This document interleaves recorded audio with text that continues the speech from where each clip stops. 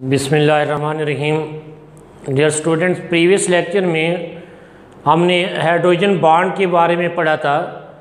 Hydrogen bond is the electrostatic attraction between partial positively charge hydrogen atom and highly electronegative atom is called hydrogen bond.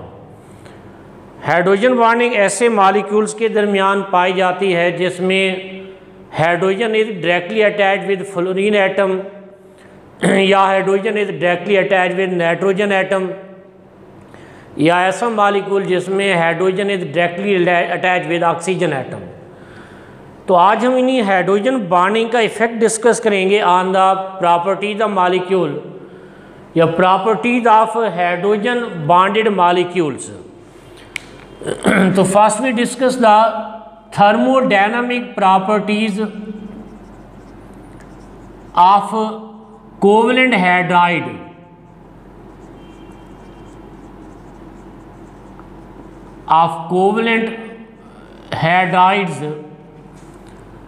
Thermodynamic properties कहते हैं ऐसी properties which are associated with heat, जैसे melting points हैं, boiling points, molar heat of vaporization, molar heat of sublimation are example of thermodynamic properties. और इस topic में हम covalent hydride की थर्मोडायनामिक प्रॉपर्टीज डिस्कस करेंगे। Hydrides are the binary compounds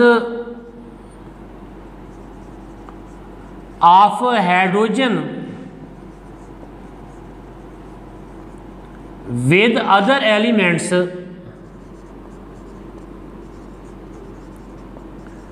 are called hydrides। Binary compounds उन compounds को कहते हैं, ऐसे compound which are composed of two elements are called binary compound. अगर उन दो एलिमेंट में से एक एलिमेंट हाइड्रोजन हो तो such binary compounds are called hydrides. और कोवलेंट हाइड्राइड उन हाइड्राइड को कहते हैं जिसमें hydrogen form covalent bond with other elements are called covalent hydrides. ये ऐसे hydrides in which hydrogen form covalent bond with other elements are called covalent hydrides। मिसाल के तौर पर H2O is example of covalent hydride, CH4, PH3, NH3 etc. These are example of covalent hydrides। इसमें hydrogen form covalent bond with oxygen, hydrogen form covalent bond with phosphorus, hydrogen form covalent bond with carbon, hydrogen form covalent bond with nitrogen. तो यहाँ इस topic में we will discuss the covalent hydrides of fourth A group in the periodic table, fifth A group, sixth A group and seventh A group in the periodic table. चौथे ग्रुप के elements हैं carbon, silicon, germanium, tin और lead. इसमें ये carbon दूसरे period में है, सिलिकॉन तीसरे पीरियड में, जर्मेनियम चौथे पीरियड में, टिन पांचवें पीरियड में, लेड छठे पीरियड में। इसी तरह पांचवें ग्रुप के एलिमेंट्स हैं nitrogen, phosphorus, arsenic, antimony and bismuth. छठे ग्रुप में oxygen, sulphur, selenium, tellurium and polonium. सातवें ग्रुप में fluorine, chlorine, bromine, iodine and astatine. इन एलिमेंट्स के कोवलेंट हाइड्राइड डिस्कस करेंगे। यहाँ lead bismuth metal pure metals हैं, इनके हाइड्राइड आयनिक के नेचर होते हैं। पोलोनियम और एस्टाटीन रेडियो एक्टिव हैं, ये एग्जिस्ट नहीं करती, इनकी प्रॉपर्टीज नोन नहीं है। तो हम इनके हैलाइड ये 5वें ग्रुप तक डिस्कस करेंगे, 5वें पीरियड तक। ये चौथे ग्रुप के जितने एलिमेंट्स हैं इनके वैलेंस शेल में 4 इलेक्ट्रॉन हैं, इनको ऑक्टेट कंप्लीट करने के लिए 4 और इलेक्ट्रॉन चाहिए, इसे ये सारे 4 वैलेंसी शो करते हैं। ये 4 हाइड्रोजन से अटैच होकर अपना ऑक्टेट कंप्लीट करते हैं। तो इसका हाइड्राइड कार्बन का CH4, सिलिकॉन का SiH4, जर्मीनियम का GeH4, टिन हाइड्राइड SnH4। 5वें ग्रुप के जितने एलिमेंट हैं इनके वैलेंस शेल में 5 इलेक्ट्रॉन हैं, इनको अपना ऑक्टेट कंप्लीट करने के लिए 3 इलेक्ट्रॉन चाहिए। तो ये 3 इलेक्ट्रॉन हाइड्रोजन से शेयर करके कोवेलेंट हाइड्राइड बनाते हैं, NH3, PH3, ASH3 and SbH3। छठे ग्रुप के तमाम एलिमेंट्स के वैलेंस शेल में 6 इलेक्ट्रॉन हैं, इनको 2 इलेक्ट्रॉन चाहिए, ये 2 इलेक्ट्रॉन हाइड्रोजन से शेयर करते हैं to form H2O, H2S, H2Se, H2Te। 7वें ग्रुप के वैलेंस शेल में 7 इलेक्ट्रॉन हैं, इनको 1 इलेक्ट्रॉन चाहिए अपना ऑक्टेट कंप्लीट करने के लिए। तो ये 1 इलेक्ट्रॉन हाइड्रोजन से शेयर करके कोवेलेंट हाइड्राइड बनाते हैं। अब इन कोवेलेंट हाइड्राइड के बॉइलिंग पॉइंट्स को कंपेयर करें on the basis of intermolecular forces. For example अगर इनके पीरियड नंबर और बॉइलिंग पॉइंट के दरमियान ग्राफ ड्रा करें तो इस तरह का ग्राफ हासिल होगा।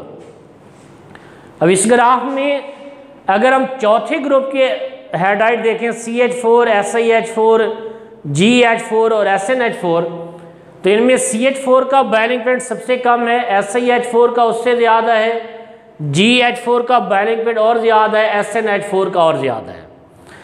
ये चौथे ग्रुप के सारे हाइड्राइड नॉन पोलर हैं और इनके melting boiling point depend upon the London dispersion forces, और London dispersion forces depend upon the size. Down the group इनका साइज बढ़ने से लंदन फोर्सेज स्ट्रांग होंगी और लंदन फोर्सेज स्ट्रांग होने से इनके बॉइलिंग पॉइंट में इजाफा हो रहा है। 5वें ग्रुप के हाइड्राइड देखें, NH3, PHH3, ASH3 और SbH3, तो इनमें NH3 का बॉइलिंग पॉइंट ज़्यादा है, फिर PH3, ASH3 और SbH3 की तरफ बॉइलिंग पॉइंट बढ़ रहा है।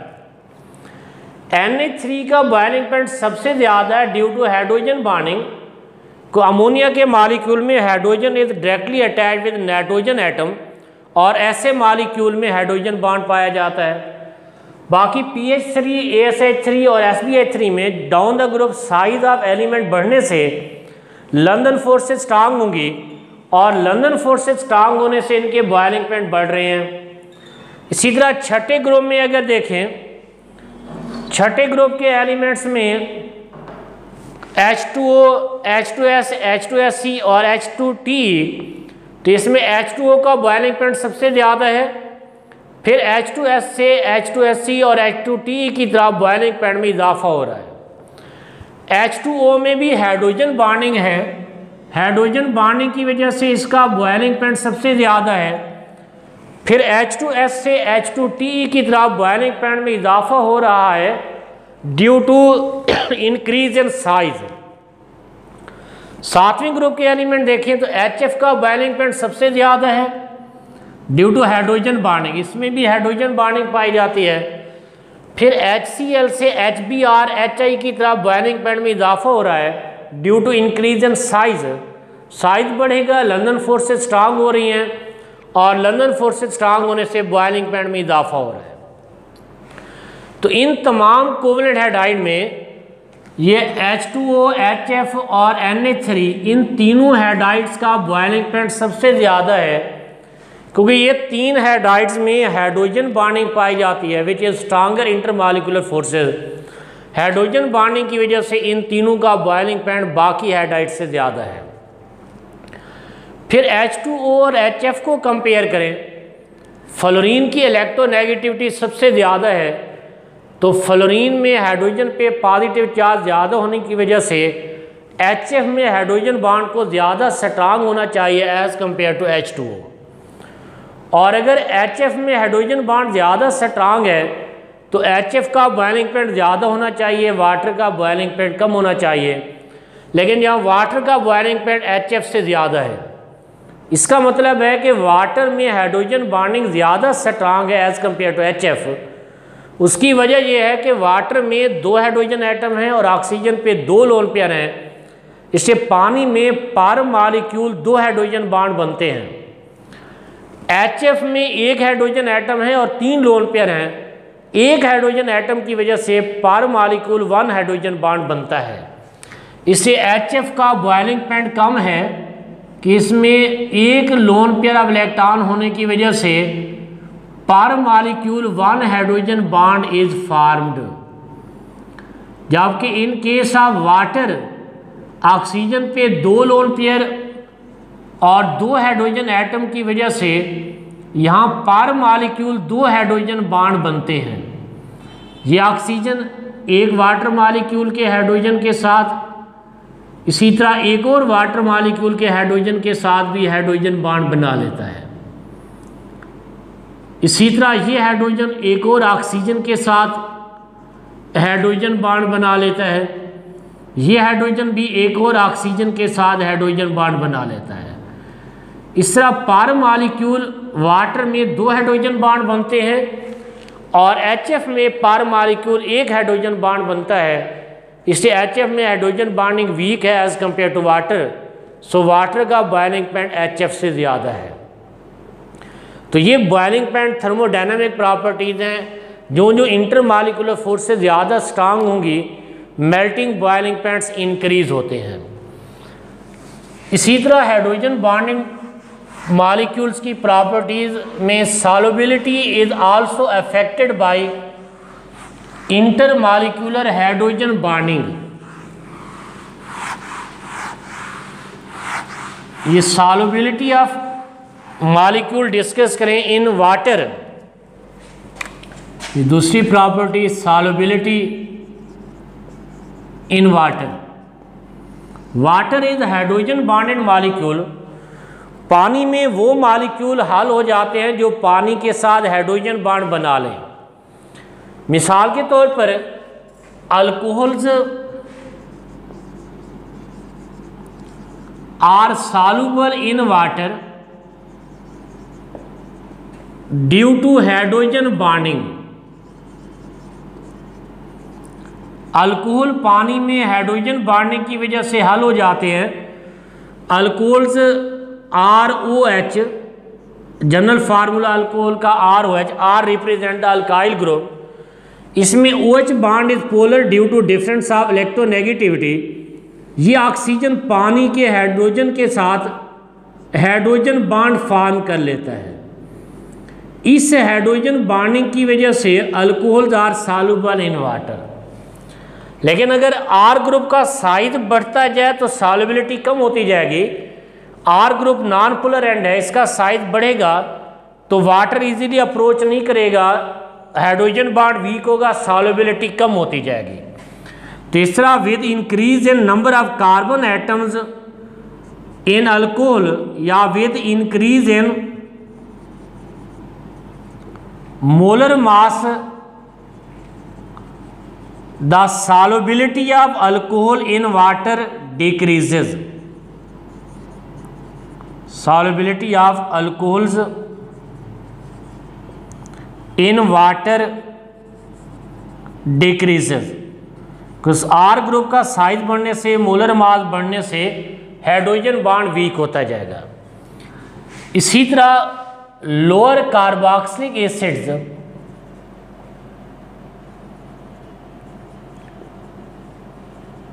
are also soluble in water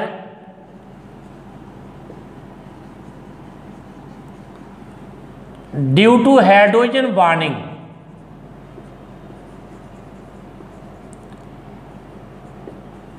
carboxylic acid कहते हैं ऐसे एसिड जिसमें कार्बोक्सिलिक ग्रुप पाया जाए, COOH ग्रुप पाया जाए, ऐसे एसिड कार्बोक्सिलिक एसिड कहलाते हैं। और लोअर कार्बोक्सिलिक एसिड मीन जिनमें कार्बन की तादाद कम हो। मिसाल के तौर पर एसिटिक एसिड CH3COOH, इसमें भी OH बॉन्ड पोलर है due to difference of electronegativity.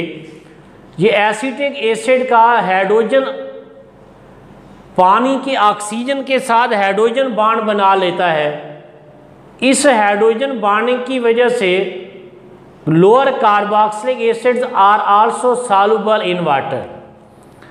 Carboxylic acid का भी मोलर मास बढ़ने से, कार्बन की तादाद बढ़ जाने से सॉल्युबिलिटी इन वाटर डिक्रीजेज। इसी तरह hydrocarbons compounds of carbon and hydrogen are non-polar and are insoluble in water।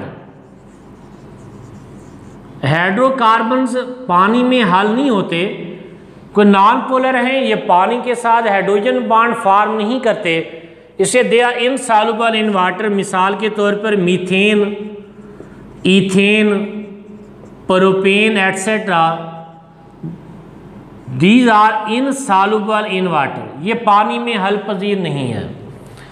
यानी वो सॉल्यूट, वो कंपाउंड पानी में हल होते हैं जो पानी के साथ हाइड्रोजन बॉन्ड बना ले। जो पानी के साथ हाइड्रोजन बॉन्ड नहीं बनाते, they are not soluble in water. यानी दूसरे लफ्जों में solubility depend upon principle like dissolve like. यहाँ like means having similar forces of attraction, कि अगर सॉल्वेंट में हाइड्रोजन बॉन्डिंग है तो वो ऐसे सॉल्यूट को हल करेगा जिसमें हाइड्रोजन बॉन्डिंग हो। सॉल्वेंट पोलर है तो ऐसे सॉल्यूट को डिजॉल्व करेगा जो पोलर हो।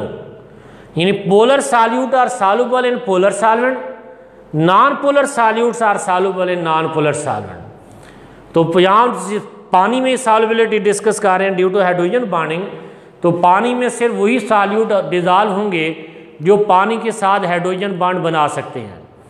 ऐसे सॉल्यूट जो पानी के साथ हाइड्रोजन बॉन्ड नहीं बना सकते, they are not soluble in water. इंशाल्लाह नेक्स्ट लेक्चर में मज़ीद हम हाइड्रोजन बॉन्डेड मॉलिक्यूल्स की प्रॉपर्टी डिस्कस करेंगे। अल्लाह आपका हामी और नासिर हो।